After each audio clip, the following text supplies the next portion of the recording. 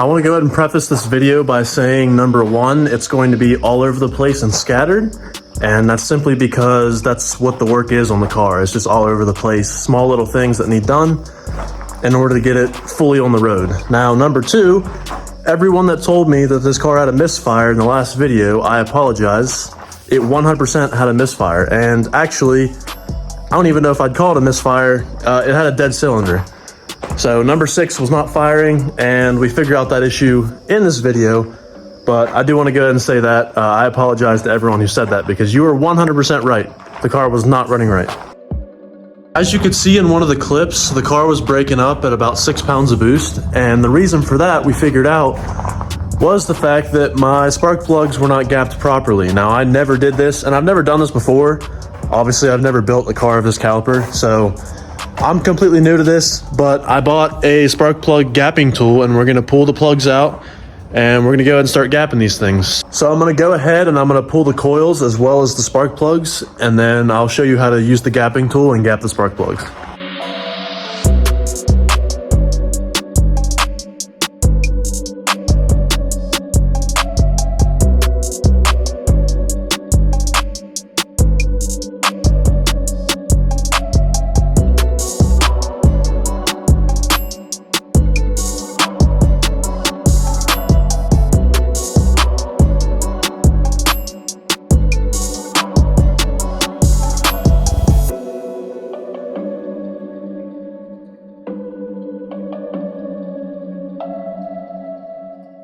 We have the spark plugs out, but there is some unfortunate news. So one of these spark plugs does not look like the rest, and I'll let you find out which one it is. Cylinder number 6 is not firing, and it's wet. So the first thing I'm going to do, before I get into gapping and everything, I am going to verify that the coil is working. So I'm going to put a spark plug back in cylinder number 6, and I'm going to put the coil pack in, and I'm going to go ahead and get the laptop, and I'm going to diagnose this, because there's like a test pulse feature on the ECU master, and you'll be able to tell if your coil is firing. You'll hear it click. So I'm going to do that first and verify the coil's working, because obviously if the coil's not, then we already know the problem. And then if that's the case, it's working, then we'll have to see if it's a spark plug issue. So then I'll switch spark plugs and make sure that it's not the spark plug. And if neither of those things are the issue, then that's very, very unfortunate. And chances are we lost compression on that cylinder. So I'm praying that is not the issue. I'm praying that it is just a spark plug or a coil issue, but we have to diagnose this. And I'm not going to continue with the gapping the spark plugs at the moment. So let's go ahead and get into that. Unfortunate turn of events, but it happens, so let's get into it.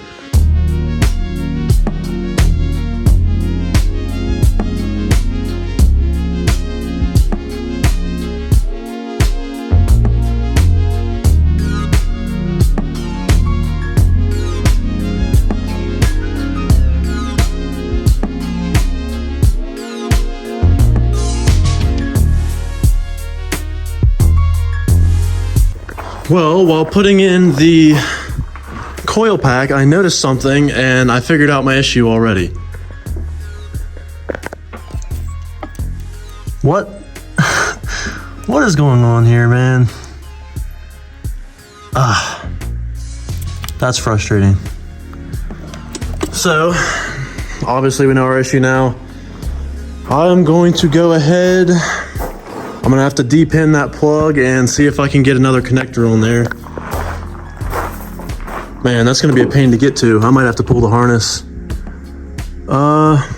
Yeah, I guess we'll just see how to fix this. I gotta get that done. So I have a lot of concerns right now. Number one, the oil smells like gas, because obviously that cylinder has not been firing, so it's just been spraying fuel. That's very concerning. I'm obviously going to do an oil change, and I'm going to pray that nothing in the engine is actually internally damaged because of the fuel and the oil. So the other issue, I wish this was on any other cylinder because I could get to it easier. but I'm not able to actually wire it where it's at right now, which is such a pain. So I'm gonna have to pull the harness out from behind, which I'm not even sure I'll be able to do. Yeah, this sucks. So I guess first I'm gonna go ahead and pop off the catch can and see if I can reach it. I doubt I can, but maybe I can. And we'll go from there.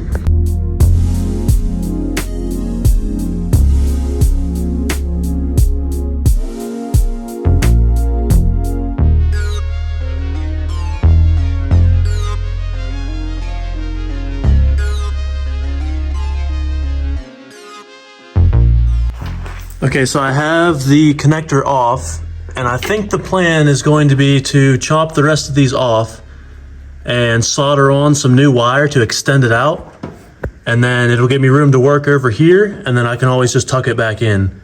So I guess I'm gonna go ahead and cut these wires and solder some new ones on, while keeping track of what these are, because I don't want to lose, you know, what pins these are. And then I believe I should have some more of these, I don't even know what to call these, whatever they are. I should have some more of these so that we can repin that connector and be good. And while I'm at it, I'm gonna check all the others. I'm assuming it's all good and tight because the rest of those spark plugs look good, but we're gonna go ahead and do that.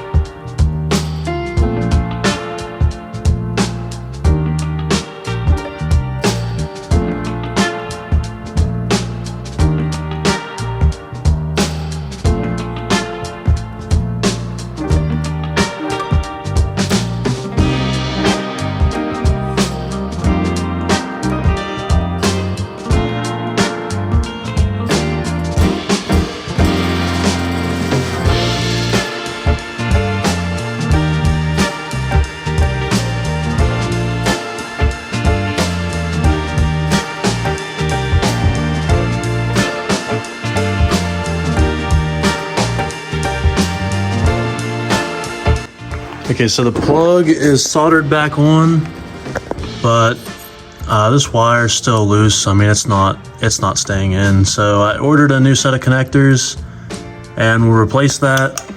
I'm worried about the solder joints. I mean, I pulled on them as hard as I could with my hands and they wouldn't budge. So I'm hoping that no vibration or anything causes any issues. But that's all soldered back there. And then I've got a connector on the way, like I said. So I guess in the meantime, I can go ahead and gap my spark plugs. All right, so we have our spark plugs here as well as our gap tool, which has your numbers on it. Now, I'm putting mine to 26 thousandths of an inch. So the way you test this is you'll start at the skinniest point and you'll put it on. And then you'll simply just slide it until you feel resistance and it'll stop. So we're stopping at like 45-ish. So obviously we need to get that down to our 26. So the way you do this is you just push on the end of it to get it down. That's what we'll have to do. And say you go too far and need to get it back, then you'll use this to pry it back up to get it within spec. So I'm gonna do that on all of them and I'll show you the 26 once I get it.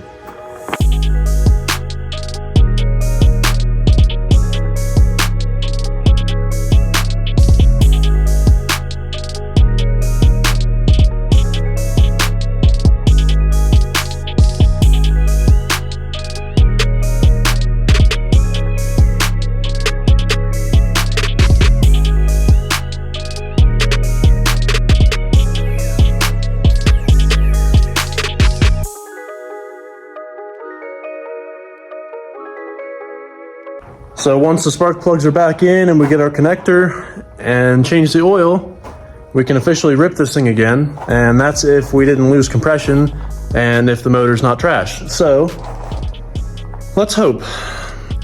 All right guys, we are back today and I got the parts that we need to continue with the build. Also, excuse me not being very enthusiastic right now. I just got my wisdom teeth taken out. But we're still here grinding, so I'm gonna flip the camera around and show you guys what I got. So to start off with, obviously we got our oil and filter because we have fuel in our oil right now. And then the other thing we got is the plugs. So I got 4 new plugs, so we'll have extras.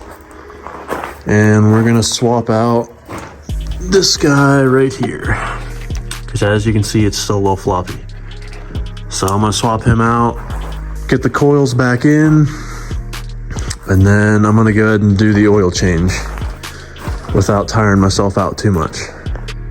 So if you guys aren't familiar with how these plugs work, essentially you have this inside, and there's a little tab that comes in and locks into that hole.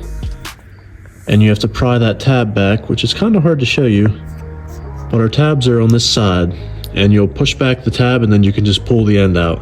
So that's how you depin these. The coils, as well as the bracket, and the, what is this called? Let me get back to you on that. Catch can. The catch can, as well as everything else, is back on up on the top of the motor. So what we have to do now is the oil change.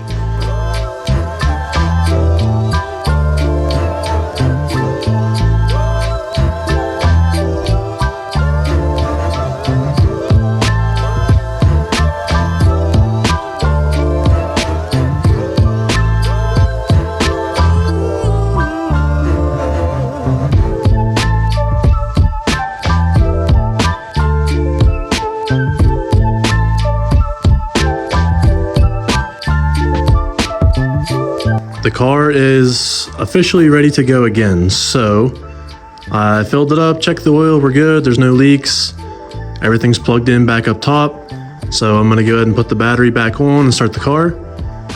And I'm hoping that it sounds better than it did. I'm assuming it will, because it's gonna have all 6 cylinders this time, unless I've messed something up and something else happens. So we're gonna go ahead and start it up and see what happens, I guess. I can say I'm definitely a little nervous.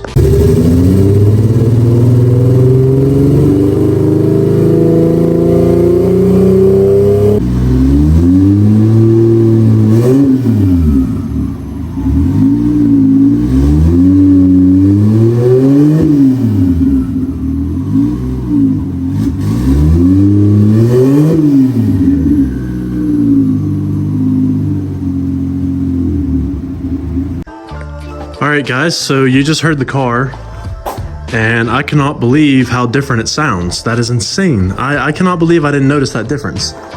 I mean, to be fair, I didn't know what the car would sound like when I first built it, but it's like a different car. It's crazy.